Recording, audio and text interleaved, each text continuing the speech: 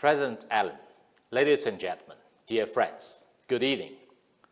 Shanghai is the gateway to understand China in the past century.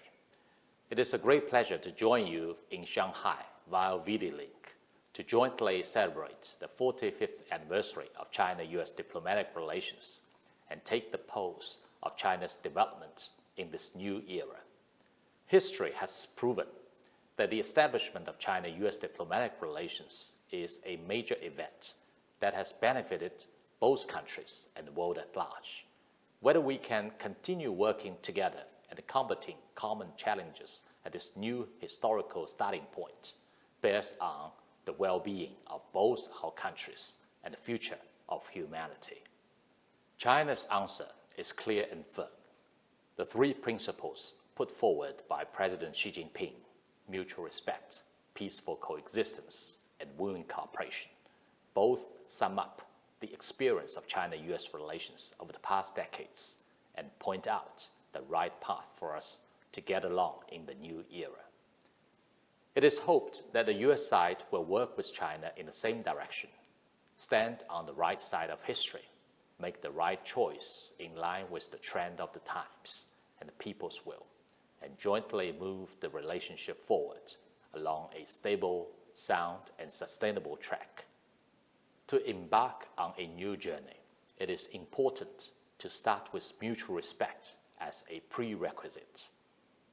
No two leaves are alike, nor are two countries identical. China will never become another United States.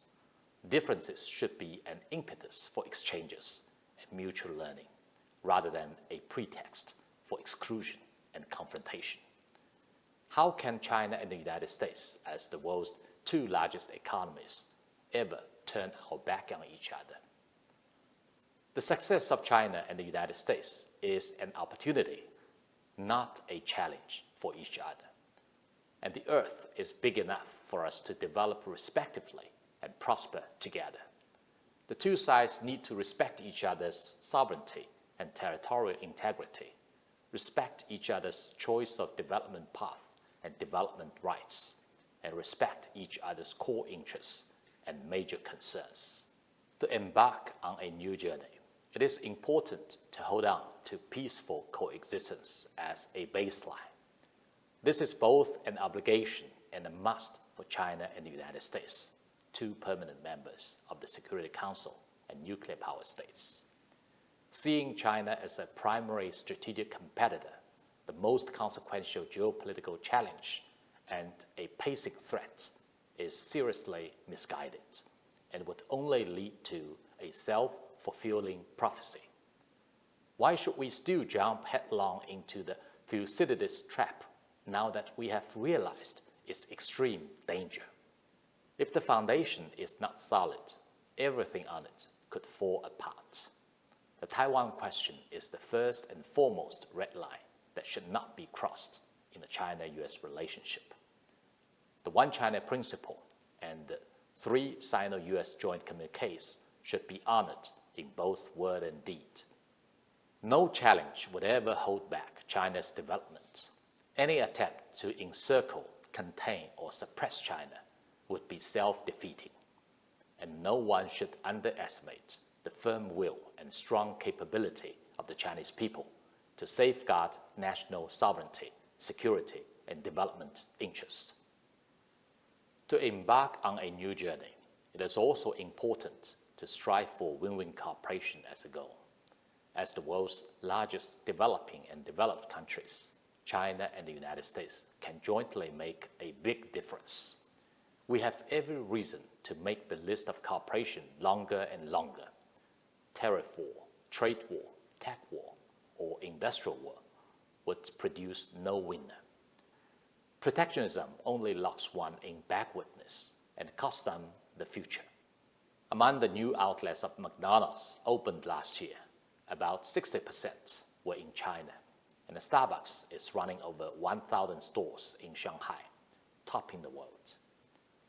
Both are success stories of mutual benefit. The more such stories, the better. We welcome more American companies to invest in China. We also look forward to greater dialogue and cooperation between our two countries on global challenges such as climate change and AI for the good of both of us and the entire world. Dear friends, the Chinese economy, which grew 4.8% in the first 3 quarters, remains a front-runner and a major engine of the global economy. China has the world's most complete industrial system, most convenient soft and hard infrastructure, most promising consumer market, most hardworking high-caliber workforce, and most competitive innovation ecosystem.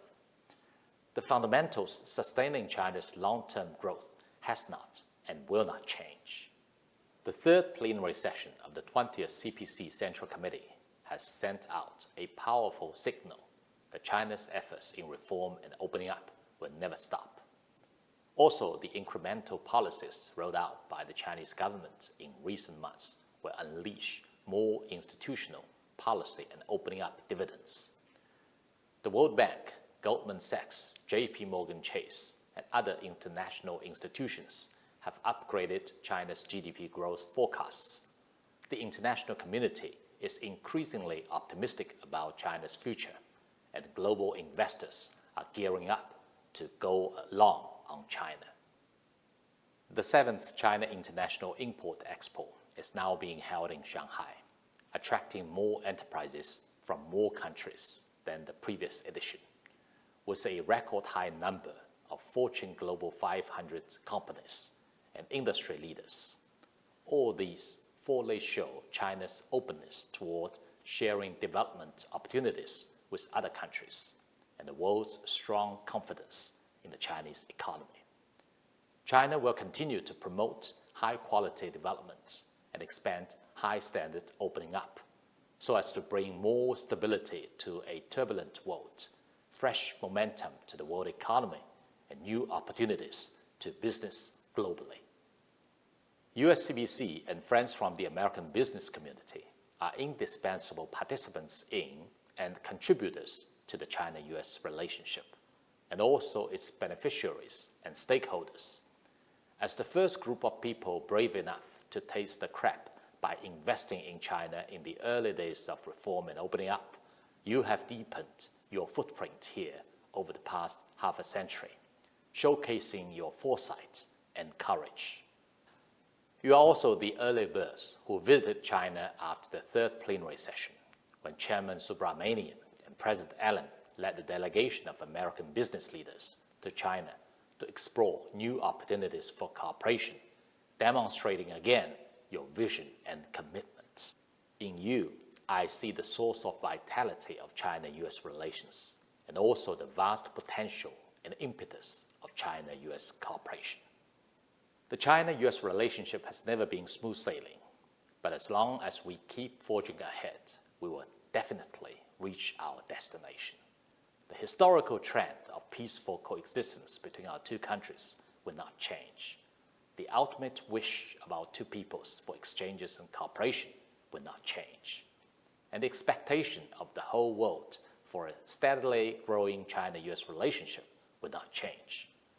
I wish USCBC even greater success in the new era, and I encourage friends from the American business community to continue growing together with China so as to start a new chapter in China-U.S. cooperation. Thank you very much.